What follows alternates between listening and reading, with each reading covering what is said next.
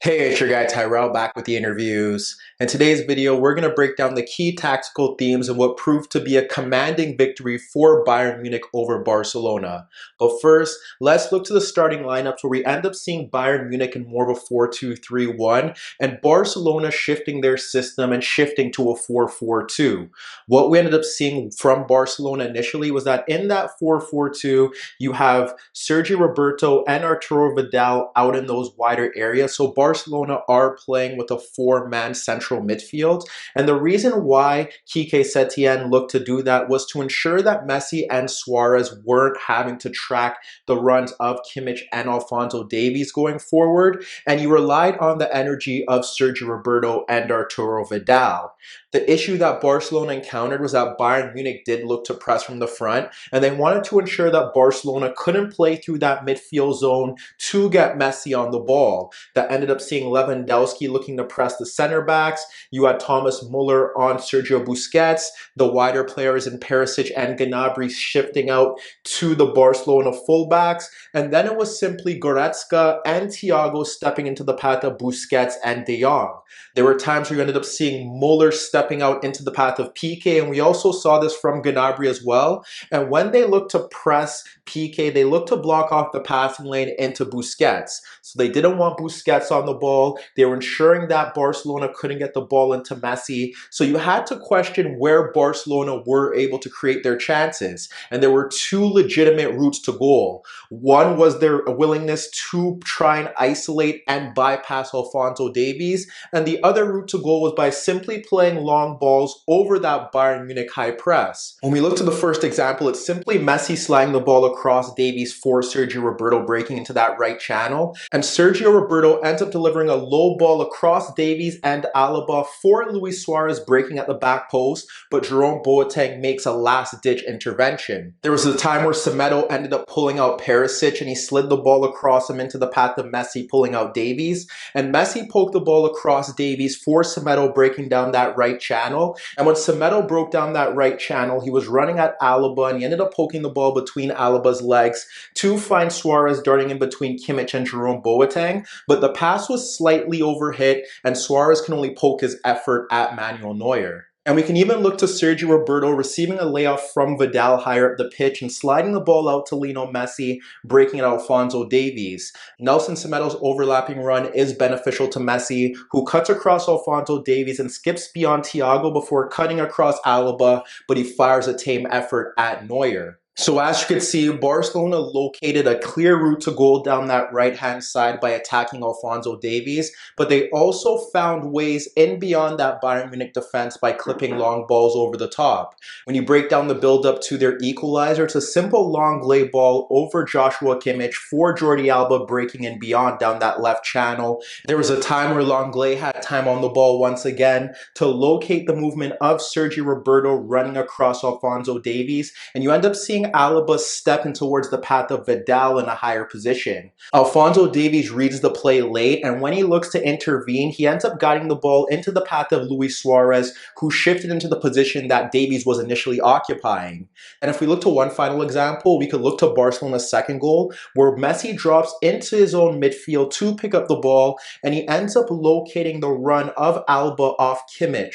Meanwhile, when we break down how Bayern Munich were able to comfortably bypass this Barcelona shape, what we ended up seeing was that Barca dropped off into that 4-4-2 as expected, and they didn't apply much pressure onto Boateng or Alaba, who were looking to push forward, and there were times where you had Thiago Alcantara dropping off deeper into that zone. What you ended up seeing from their attacking play was that you had Serge Gnabry shifting central into midfield zones to pull Alba narrow, and we saw the same from Perisic. If Perisic was looking to hold the touchline, then that's when you would see Alphonso Davies drifting narrow to pull out Sergio Roberto or Nelson Semedo. But for the most part, you had Perisic looking to drift into those central positions to push Alphonso Davies forward. When you look at that midfield zone, you did have Sergio Busquets and Frankie de Jong stepping out into the path of Goretzka and Thiago Alcantara. But what you ended up seeing was that Thomas Muller was free to consistently drop off the center backs to serve as an additional attacking outlet in that midfield zone to create a 3v2. And then you also still had Gnabry and Perisic shifting into those zones. So when we break down how Bayern Munich were able to create quality chances, what we ended up seeing was that they were able to find space beyond Sergio Roberto and Nelson Semedo, and they simply forced Barcelona into mistakes in that midfield zone. When we look to the build-up to Bayern Munich's opening goal, we see Goretzka applying pressure to Busquets, and we end up seeing Muller stepping into De Jong to win possession. That's when you have Gnabry winning the loose ball and sliding it across Sergio Roberto into the path of Perisic, breaking down that left channel. We can look to the time where Kimmich splits Vidal and Busquets stepping to Thiago to find Muller dropping off in between the lines to the right of De Jong.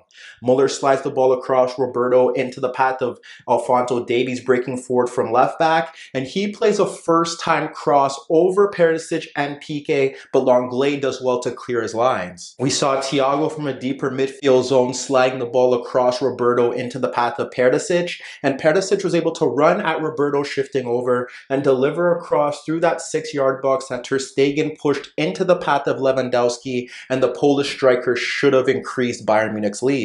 But when you look to how they were able to increase their lead in those opening 30 minutes, it stemmed from simple defensive mistakes from Barcelona. When we assess Bayern Munich's second goal, it's simply Sergio Roberto dallying on the ball in that midfield zone, swarmed by Lewandowski, Gnabry, and Perisic, and that's where he's dispossessed before Gnabry and Perisic overload Quique to put Bayern up ahead. When you look to Bayern's third goal, it's Thiago ahead of De Jong and Busquets, splitting them for Goretzka, running off Busquets to receive the ball between the lines, and then he locates Gnabry, darting off Lenglet and Alba to clip the ball over Lenglet, and Gnabry scores. And then even when you look to the fourth goal, it's just simple mistakes from Barcelona. You have Semedo failing to shield out Boateng's loose pass and Lewandowski wins possession. You end up seeing Kimmich getting to the cross before Vidal down that right channel. And then even when Kimmich gets on the ball, Vidal and Alba don't cut out the cross,